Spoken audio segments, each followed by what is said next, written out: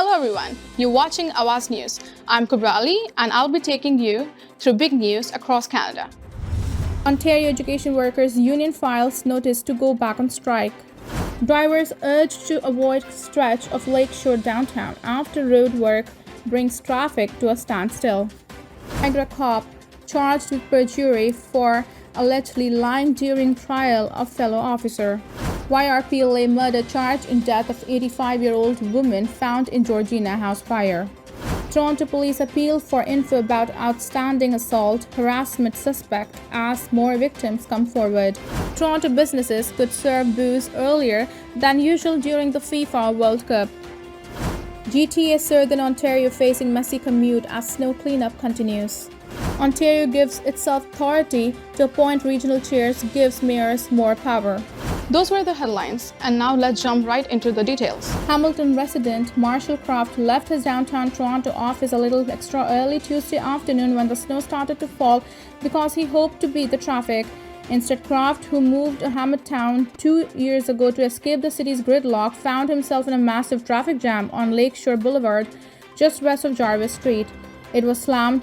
We couldn't even move, he told CP24.com. I actually turned off my car a few times because no one was going anywhere. Kraft was one of the dozens of frustrated motorists who got stuck in standstill traffic along the 500-meter stretch, which has been reduced from 4 to 1 lane due to construction. He said some motorists, specifically those in pickup trucks, got so tired and waiting that day, drove over the median and pulled a U-turn while others cut through a blocked construction lane to get moving. Kraft, who said he had no forewarning that the traffic would be so bad on Lakeshore, didn't get home last night from work until 6:30 p.m. On Wednesday, the City of Toronto issued a traffic advisory that urged drivers to avoid traveling on Lakeshore Boulevard westbound between Cherry and Yonge Streets due to the replacement of 4.5 kilometers in on-bridge gas pipeline. The 24/7 road work, which has resulted in the sections along with stretch being reduced to 1 lane, is creating congestion in and around the area, the city said in its November 16 traffic alert. Construction on Lakeshore from Yonge to Bay Streets is expected to wrap up Thursday by end of the day, while the work slated for westbound Lakeshore Boulevard between Cherry and Parliament Streets won't likely be done until mid-December. With so much construction taking place in the downtown core, drivers are advised to plan their travel in advance, expect delays, or consider taking public transit, the city said. CP24.com contacted Toronto Mayor John Tory's office for further comment on the situation, but we have yet to hear back. A Niagara police officer who was involved in an on-duty altercation with a fellow officer 4 years ago has been charged for allegedly lying under oath. In a news release on Wednesday, Niagara Regional Police Service and RPS said Sergeant Shane Donovan was arrested on Tuesday and facing 1 count of perjury. Donovan was subsequently released on an undertaking and will appear in Hamilton Court next month. The charge is a result of an investigation conducted by Hamilton Police into allegations that Donovan may have not been truthful in his testimony during the trial of Constable Nathan Parker.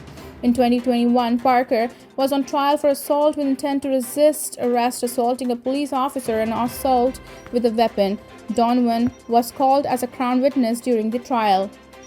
Later that year, the Crown stayed the charges, which stemmed from a 2018 incident in Pelham, Ontario, involving Parker and Donovan.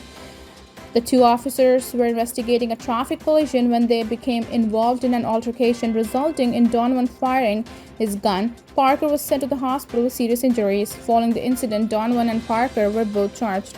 In 2019, charges against Donovan were dropped by the Crown.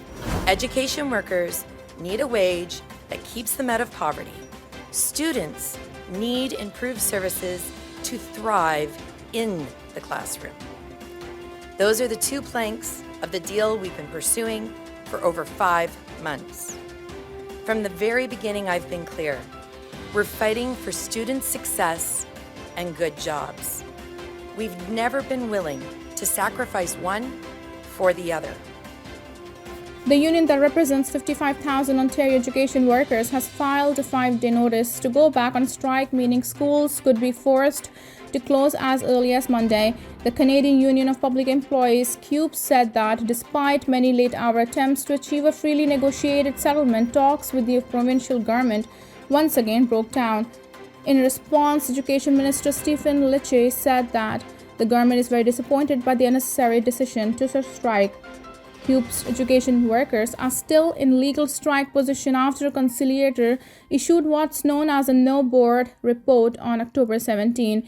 Meanwhile, Bulletin said the government's most recent offer to CUPE workers included a $1 raise per hour for each year of its collective agreement, which she says works out to an increase of about 3.59%. The union and the Ontario government returned to the negotiating table last week following a two-day strike by the union's custodians, librarians, and early childhood educators. As of Wednesday afternoon, only the Toronto Catholic District School Board confirmed it would close all of its schools in the event of a strike. At the same time, the Toronto District School Board said it is still finalizing information before making an announcement. On Monday, Doug Ford's government repealed Bill 28, which made use of the controversial notwithstanding clause, making good on promise to scrap the legislation in a good faith effort to end the job action and return to the negotiations. The government's last public offer to education workers included an annual wage increase of 2.5% for those making less than $43,000 and 1.5% for the rest of the workforce. So I'm not going to allow one at our bargaining table. When we wouldn't back down, they legislated us. They used the notwithstanding clause as a sledgehammer to smash our rights and impose collective agreements that would have forced more of us to the food bank. I'm so proud that my co-workers pushed back. It took tremendous courage, but we weren't alone. Our allies across the labor movement showed up for us, and parents filled our protest lines because they know, like we do, that the status quo in our schools is not okay. The power of workers and families forced this government to back down, proving that while they have a majority in the legislature, they do not have a majority in the province. The majority of Ontarians want good schools. The majority of Ontarians want education workers to be able to put gas in their car without having to work a second job. The majority of Ontarians believe that students deserve every support and every chance to thrive and develop. That's why it was so crushingly disappointing after the groundswell of support that led to the lightning-fast repeal of Bill 28 to get back to the table and see the government's offer. After hearing that powerful majority, the government chose to stick their head in the sand. After hearing from parents desperate for investments in our schools, the governments chose to listen to their friends who continue to whisper in their ears about the path to privatization. I want to lay out what the government offer contained and what it did not. They offered my coworkers a $1 raise per hour for each year of our collective agreement. That amounts to $1,633 per year. To the average worker, because I know you all love percentages, it's about 3.59%. And let me be clear, that's a win for workers, but it's not enough. It's not nearly what we deserve for the care and effort and incredible passion we put into our jobs. And it's certainly not enough to make up for a decade of having the government's hands in our pockets through legislative interference in our collective bargaining province. But it is more than the government wanted to give us, and it only happened because custodians, early childhood educators, educational assistants, office workers, maintenance workers, trades, library workers, and so many more realized our power. Toronto could expand the hours that alcohol can be served within the city during the 2022 FIFA World Cup. Toronto Mayor John Tory committed to bringing the issue to council next week, aiming for immediate approval on 24th November, according to a statement issued Wednesday. The World Cup will run from November 20th to December 18, and due to the time difference between Toronto and Qatar, some games will start as early as 8 a.m. EST. As a result, residents will patronize local cafes and restaurants earlier than usual during this period, Tory said in a statement. If approved, businesses will be permitted to begin alcohol sales at 8 a.m. rather than 9 a.m. until December 18. I hope this extra hour of alcohol service will help establishments planning to show the 8 a.m. game, Tory said. Closing hours for alcohol will not change, and all other rules around alcohol service remain in effect. The city says during past World Cup tournaments, there have been no issues with the extension of alcohol hours.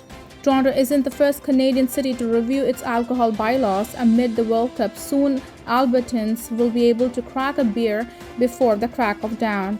During the World Cup, Alberta bars and restaurants will also be allowed to offer early morning alcohol service starting at 5:30 a.m. Thank you for tuning in. I'm Kubra Ali. I'll see you back tomorrow, same time, same channel. Have a good night.